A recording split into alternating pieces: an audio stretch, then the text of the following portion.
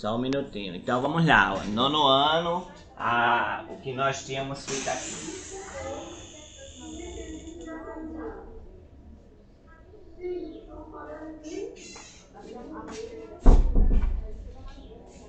Aí vamos lá. Então aqui, ó, vimos a Frente Negra, né, brasileira, criada na época de Getúlio Vargas, que a gente tá falando.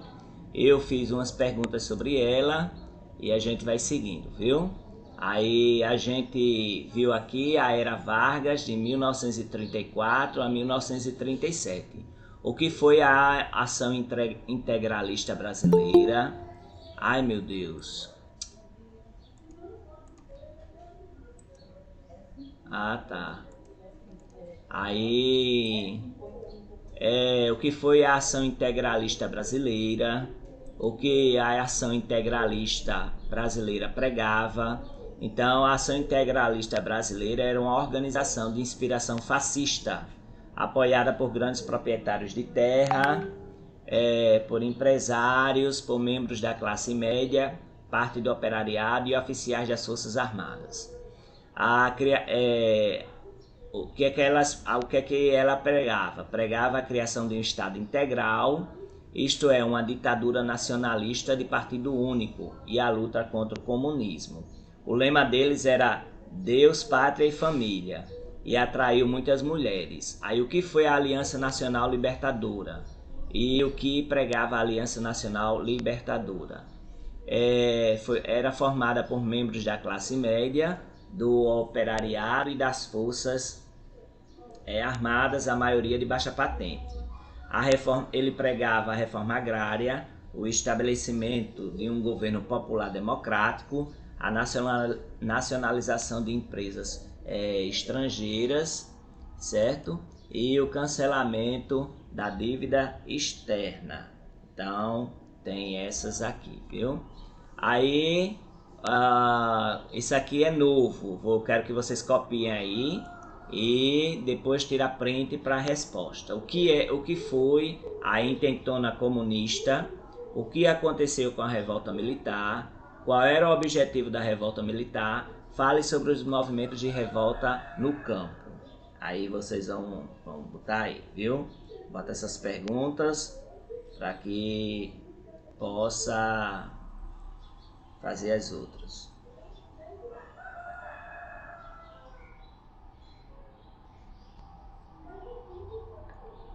Aí eu vou começar a ler. Em novembro de 1935, a gente já falou sobre Luiz Carlos Prestes, né? Aí os comunistas liderados por Luiz Carlos Prestes, eles também, que era também líder da ANL, tentaram promover uma revolução, certo? Então isso foi a intentona comunista. Foi um movimento em que os comunistas, liderados por Luiz Carlos Prestes, que também era líder da ANL, tentaram promover uma revolução, certo? Uma revolta, uma revolução armada. Aí, tudo bem. Qual foi o objetivo da revolta militar? Essa revolta militar, ela tinha um objetivo, certo? Que era derrubar o Getúlio Vargas, o governo de Getúlio Vargas, instaurar o comunismo no Brasil. E saiu espalhado pelo Brasil todo. Aqui em Pernambuco, a rebelião foi rapidamente sufocada e no Rio Grande do Norte, os manifestantes chegaram a instalar um governo revolucionário que ficou somente 3 dias no poder. No Rio de Janeiro, os combates foram mais intensos, né? Então isso aí tudo fazia parte do objetivo da revolta militar, certo? Dessa revolta intentona comunista. Opa, aí. Quando vocês terminarem, vocês me falam que eu vou fazer a outra pergunta, que a outra pergunta requer lá embaixo. É muito movimento, muita guerra no mundo, é muita coisa. Aí a gente tem que ir com, assim, bastante sabedoria, certo?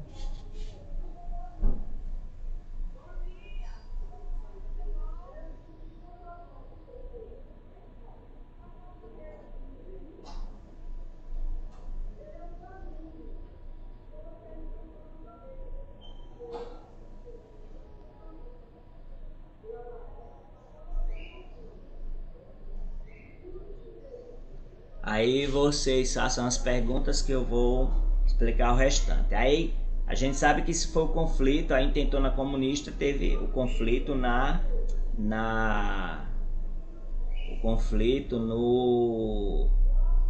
cidade, né? Na parte urbana, mas também teve conflito na parte rural.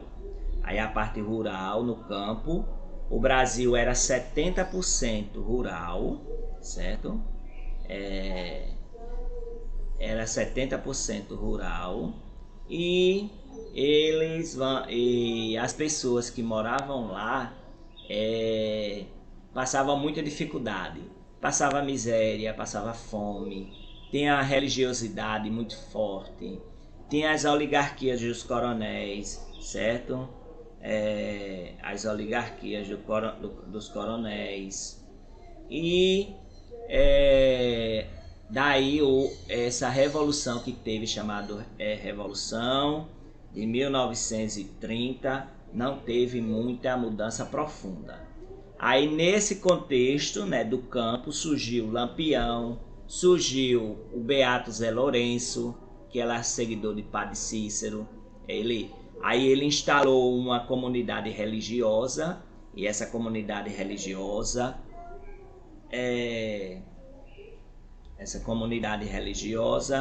ela começou a atrair os imigrantes, né? Ou seja, a pessoa que vinha ficava lá, os imigrantes, aliás, ficava lá, começava a trabalhar, ficou como uma comunidade. Aí muitos acusaram de ser uma nova Canudos, aquela Canudos que o Antônio Conselheiro, que a gente já estudou, Antônio Conselheiro, ele reuniu um monte de gente e o exército foi lá e matou tudinho, né? Só deixou as crianças e as mulheres, mas os homens mataram tudinho, né? Foi uma tragédia. Isso lá na Bahia, viu? Canudos é na Bahia. E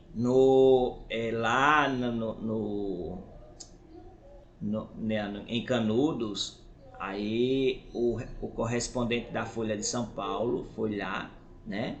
E fez toda a abordagem de como era lá. Então eles estavam acusando que esse local, essa comunidade religiosa chamada Caldeirão, ela era tipo uma Canudos, né? E dali surgiria o movimento de libertar o Brasil, né? De se tornar independente.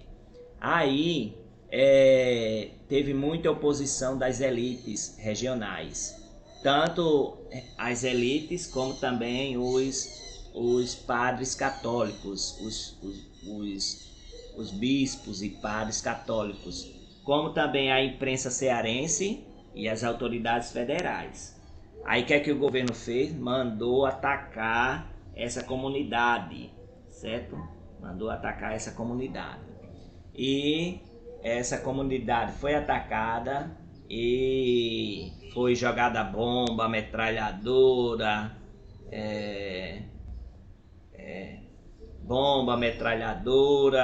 e tudo mais. Aí muita gente morreu, mas o Beato Zé Lourenço se salvou, certo? A gente vai ver depois se vocês terminarem. Terminaram já de copiar?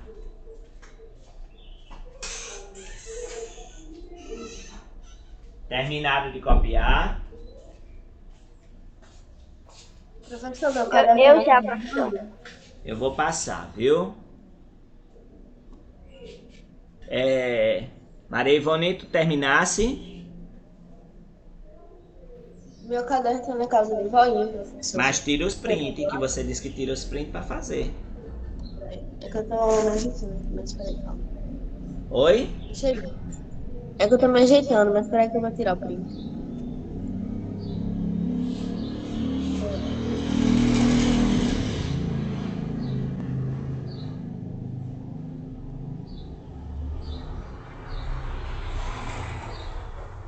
Já? Já, professor? Vou passar, viu? Aí, no campo, tem essa outra parte aqui. Aí, ó, em 1936, foi atacada pela expedição das forças brasileiras. Essa expedição soltou bomba, né, dos aviões. Foram 3 aviões. e atacaram com metralhadora, com bombas também, bombas normais, certo? E aí eles foram dispersados. Mas José Lourenço, o Beato, também novamente ele escapou. E ele vai morrer lá na cidade de Exu em 1946, nessa cidade de Pernambuco, viu? Então tem essa questão aí, viu? Aí, olha, nessa mesma época, o bando de Lampião também vai ser encurralado, os cangaceiros, né? Vão ser encurralados, esse bando vai ser encurralado e outros abandonam a luta, mas Lampião, o mais forte deles, é morto pela polícia alagoana em 1938, certo? Aí, em 1938, a polícia alagoana cerca o bando de Lampião e mata Lampião, certo? E quem estava lá?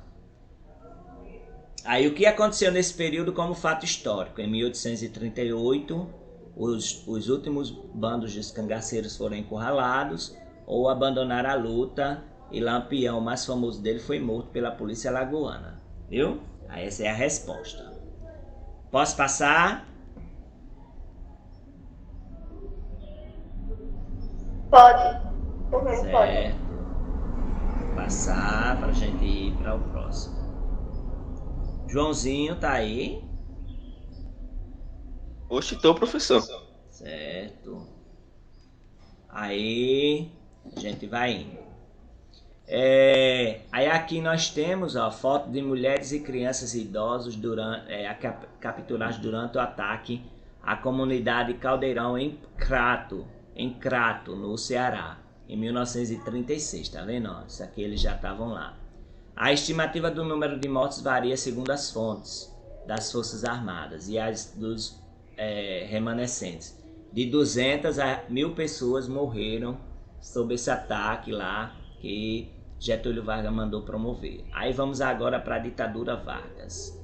Em 1937, o mandato do presidente Getúlio Vargas chegava ao fim. Aí ele, para não perder o poder, tinha 3 opções, 3 candidatos.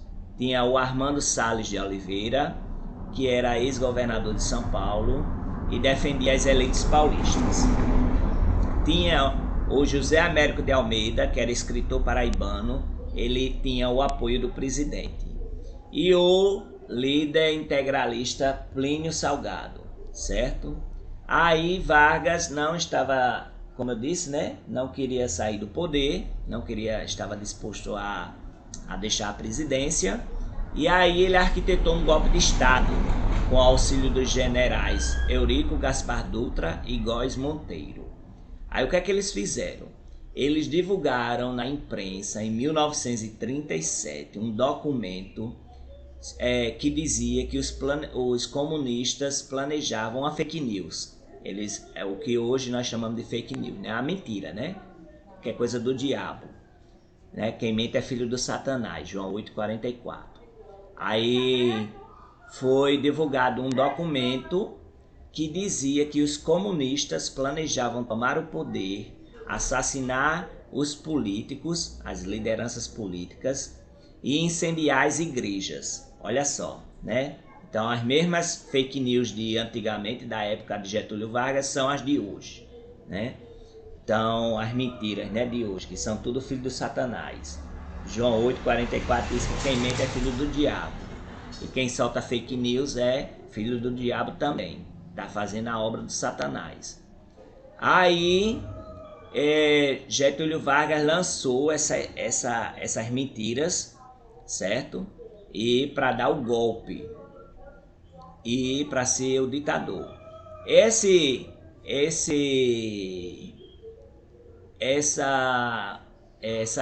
O que foi divulgado, né, essas medidas que dizia, né, não eram medidas, essa divulgação dessa notícia foi chamado Plano Cohen, certo? E era uma farsa criada por alguns militares integralistas e membros do governo para ficar no poder, certo? Então, o que foi o plano Cohen de Vargas? Foi quando ele divulgou na imprensa um documento que dizia que os comunistas planejavam tomar o poder, assassinar as lideranças políticas e incendiar as igrejas, que era tudo mentira, né? Tudo fake news, certo? Então esse era o plano Cohen. E o outro aqui, o que aconteceu no período de Vargas, justamente depois dessa suposta ameaça, ela foi usada como para justificar, certo? A prisão de pessoas que eram opostas ao governo de Getúlio Vargas e censurar a imprensa, né? Censurar a imprensa. Aí em 1937 aconteceu várias coisas nesse período do Estado Novo de Vargas. Ele determinou o fechamento do Congresso e das assembleias legislativas estaduais e das câmaras municipais. Ele suspendeu a realização de eleições para presidente, ele extinguiu os partidos políticos e ele revogou a Constituição de 1934, que ele mesmo fez. Então ele deu um golpe militar. Quando dá um golpe militar faz tudo isso, né? Fecha o Congresso, fecha as assembleias, as câmaras, suspende a eleição, caça partido político, censura a imprensa, tortura as pessoas. Aí isso é chamado de Estado Novo. O Estado Novo do período ditatorial do governo de Getúlio Vargas, chamado Estado Novo, que era um Estado novo, mas não no sentido bom. Era um Estado que era ditatorial, de ditadura. Aí vamos para a próxima. Posso ir para a próxima? Sim ou não? Pode. Pronto. Aí aqui, ó, Getúlio Vargas, após o golpe, o ministro da Justiça, Francisco Campos, apresentou uma nova Constituição, que concentrava o poder político completamente nas mãos do presidente da República. Mas a carta nunca foi, a carta foi ortogada por Vargas, mas nunca entrou plenamente em vigor, pois precisava ser confirmada por um plebiscito que não ocorreu. Enquanto isso, o presidente governou por meios de decreto-lei. Tudo era decreto, como até hoje está acontecendo, né? A gente só vê aí, não tem nada passando no Congresso, é só decreto.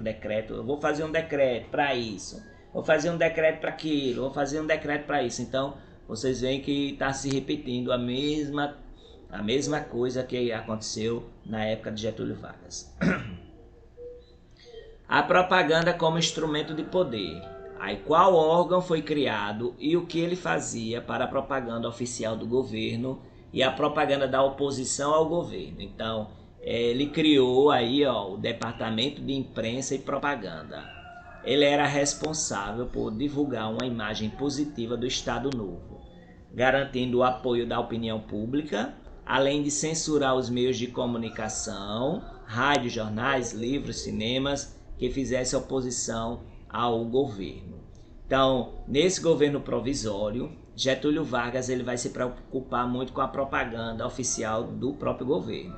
Ou seja, para que o governo tenha possa botar na cabeça das pessoas que estavam trabalhando ou que estavam fazendo o melhor e tudo mais. Tendo criado um órgão específico. Em 1939, no período ditatorial, esse órgão passou a ser chamado de Departamento de Imprensa e Propaganda, como eu já falei, né? E em 1938, o governo lançou a Hora do Brasil, certo? Transmitido pela Rádio Nacional, que era a emissora de propriedade do Estado brasileiro. Durante uma hora, eram divulgadas notícias positivas sobre o governo, intercaladas com música brasileira. O programa existe até hoje, chamado A Voz do Brasil. Quem aqui já liga no rádio de segunda a sexta, 7 horas da noite? Quem aqui já ligou? Aí começa A Voz do Brasil. Vocês já escutaram? Alguém aqui já escutou o rádio 7 horas da noite? Não, eu não. Pois, pois às 7 horas da noite, vem de Brasília, né, a Voz do Brasil. Aí só fala sobre o que o governo está fazendo, viu? E essa Voz do Brasil, ela foi criada por Getúlio Vargas. Aí, em 1930 a 1950, esse período ficou conhecido como a Era do Rádio no Brasil. Então, entre as décadas de 1930 e 1950, ficou conhecida como a Era do Rádio no Brasil. Porque não tinha televisão para todo mundo, era mais popular a questão do rádio, e aí todo mundo tinha rádio. Todo mundo escutava seu radinho, certo? Se você perceber, os mais velhos ainda tem essa mania de estar escutando o radinho, o avô de vocês, quem tem avô, né? Aí escutar o radinho, bota o radinho lá para escutar e tal. Meu pai escutava rádio quando ele era vivo. Aí ele botava o rádio, ficava escutando, Rádio Clube, aí ele ficava escutando a Rádio Clube e tudo mais. Ele gostava muito da Rádio Clube. Segundo o censo de 1950, quase 92% dos domicílios com luz elétrica possuíam rádios. Aí, por meio deles, o que é que as pessoas acompanhavam no rádio brasileiro? Acompanhavam programas de auditório, músicas e humorísticos, além de radionovelas, noticiários e partidas de futebol. Então, muita gente escuta o futebol ainda pelo rádio. E esses programas Silvio Santos, não sei o que, era tudo pelo rádio. Não tinha nada pela televisão, não. Era tudo pelo rádio. A gente não via nada, só escutava, né? As músicas, esses programas musicais, programa de humor, as novelas, não tinha novela pela televisão, era radionovelas. Aí tinha as novelas pelo rádio. E os noticiários, né? Que sempre tem. Nos anos de 1950, a Rádio Nacional podia ser ouvida em todo o país. A partir dos anos de 60, as emissoras de rádio passaram a disputar com a televisão a atenção do público. Então foi a partir de 60 que começou a televisão começar a ser divulgada. Perdendo audiência em alguns momentos do dia, mas até hoje as transmissões radiofônicas continuam sendo um importante meio de comunicação. Para vocês entenderem, eu não sei se vocês já viram também, né? Quem viaja aqui para o interior, nesse período aqui, né? Que até hoje algumas cidades ainda mantêm o costume, tinha uma televisão no centro da praça da cidade. Quem já visitou aqui uma cidade que tinha uma televisão no centro da praça? É porque o costume é dessa época aqui. As pessoas não tinham muita... só quem tinha televisão era rico. Aí as pessoas ficavam olhando pela janela das casas do rico ou da casa do vizinho, né?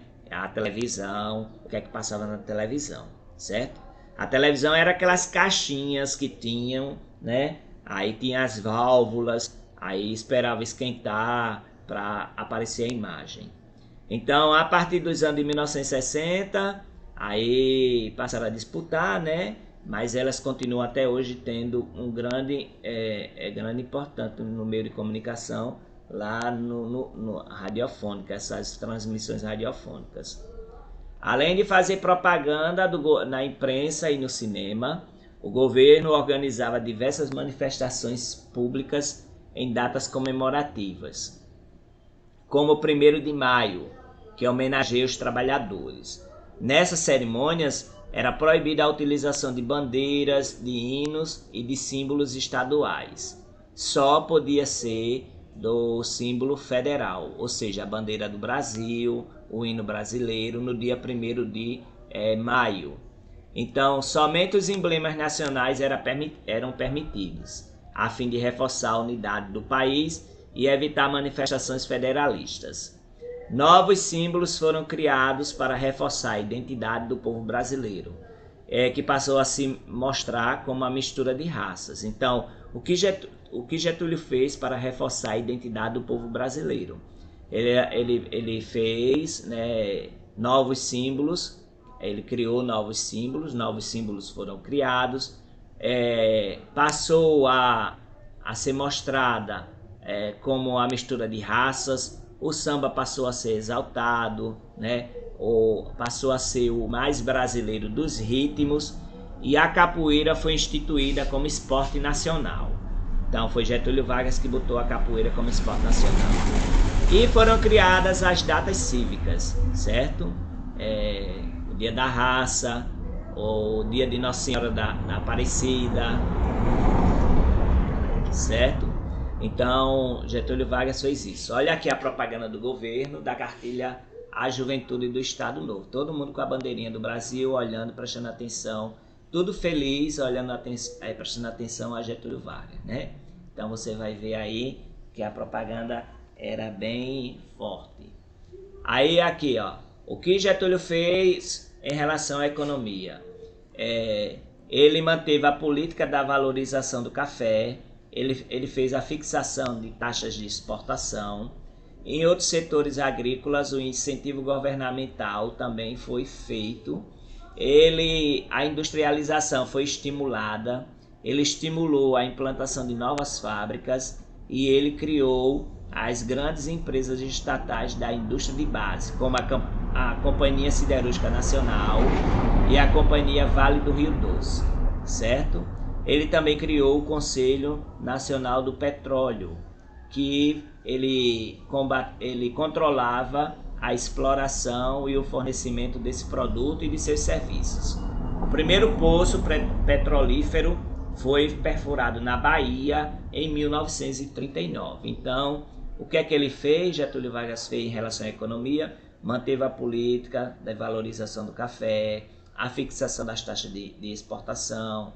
Em outros setores agrícolas, ele deu incentivo governamental, estimulou a industrialização, estimulou a implantação de novas fábricas, certo? Então, tudo isso aí, viu? Ok? Aí você pega, faz a pergunta e tira print. Olha ali como era a torre de perfurar petróleo, certo? Podemos? Posso passar? Sim. Pronto. Aí quais as características da repressão de Vargas? É claro que ele não era bonzinho não, viu? Ele vai ampliar, então aqui são as características, ele ampliou a repressão contra os opositores do regime. Ele tinha ideias de Hitler, certo? Ele era admirador do nazismo, certo? Ele tinha gente do lado dele que era admirador do nazismo. Os intelectuais e artistas contrários ao regime foram perseguidos, como o historiador Caio Prado Júnior, que a gente estudou em Sociologia, Di Cavalcanti, Graciliano Ramos, Jorge Amado e Érico Veríssimo, que eram escritores. Os trabalhadores, líderes sindicais e militantes de organizações de esquerda foram presos e torturados. E aí ele decretou o fechamento de todos os partidos, certo? Então, ele fez tudo isso em relação à repressão. Ok? Aí vocês fazem a pergunta e tira o print para copiar no caderno. E aí, podemos? Sim. Pronto. Aí vem, ó. Quais leis foram criadas por Getúlio?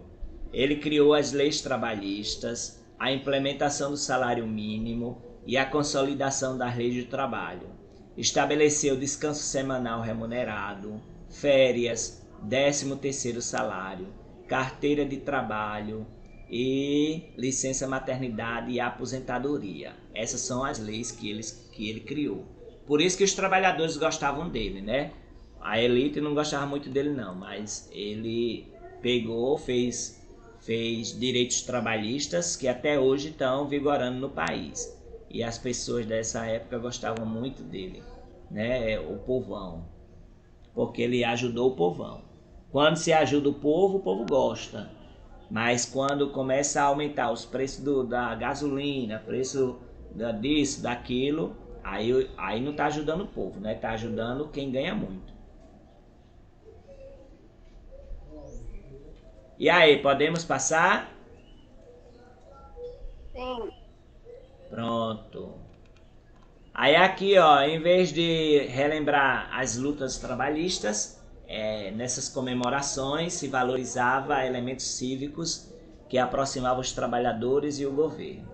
A CLT agradou grande parte dos trabalhadores, mas desestimulou sua organização para reivindicar melhores salários ou questionar as relações de trabalho. A submissão dos sindicatos ao Ministério do Trabalho também enfraqueceu a luta dos trabalhadores devido ao rígido controle exercido pelo governo. As lideranças escolhidas para o comando dos sindicatos eram pessoas fiéis ao regime, apelidadas de pelegos, nome dado à pele de carneiro como sua lã, usada sobre o dorso do cavalo para diminuir o atrito.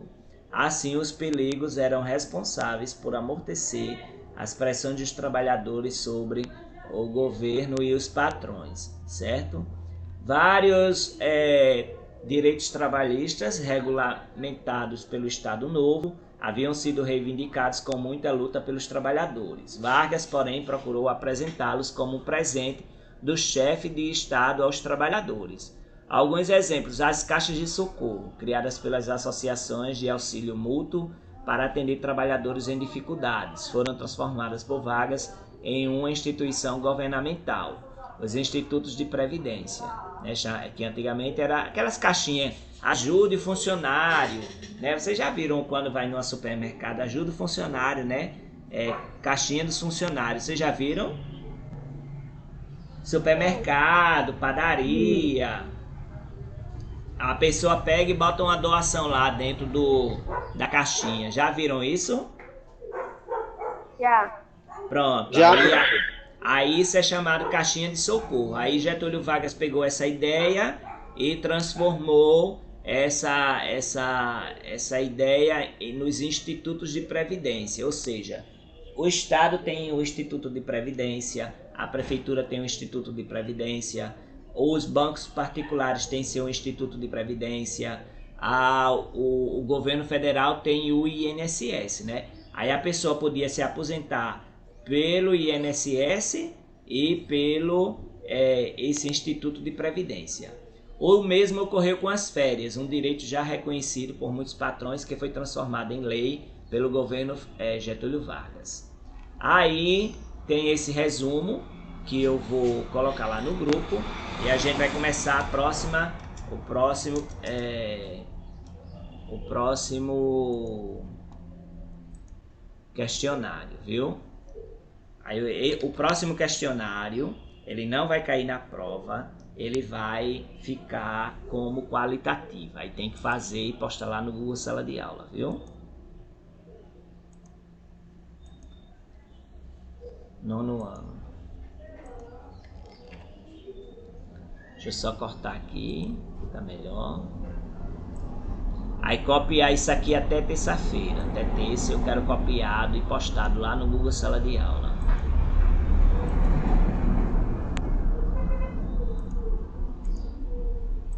Certo?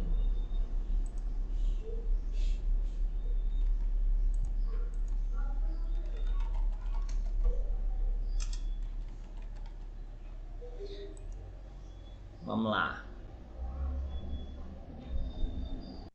Agora nós vamos conhecer a outra parte chamada a Segunda Guerra Mundial e a queda de Getúlio Vargas. A gente vai ver essa aí, viu?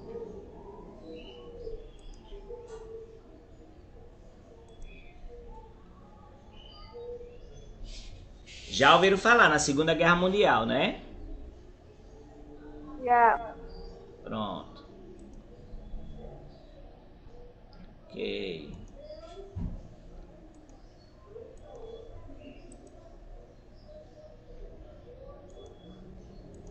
Aí aqui, ó, nós vamos para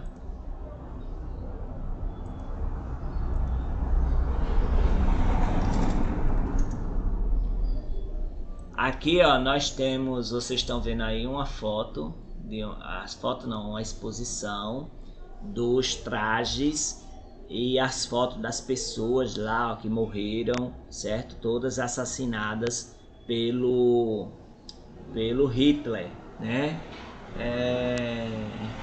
Pelo Hitler. Então, nós temos aqui a roupa dos judeus que foram assassinados,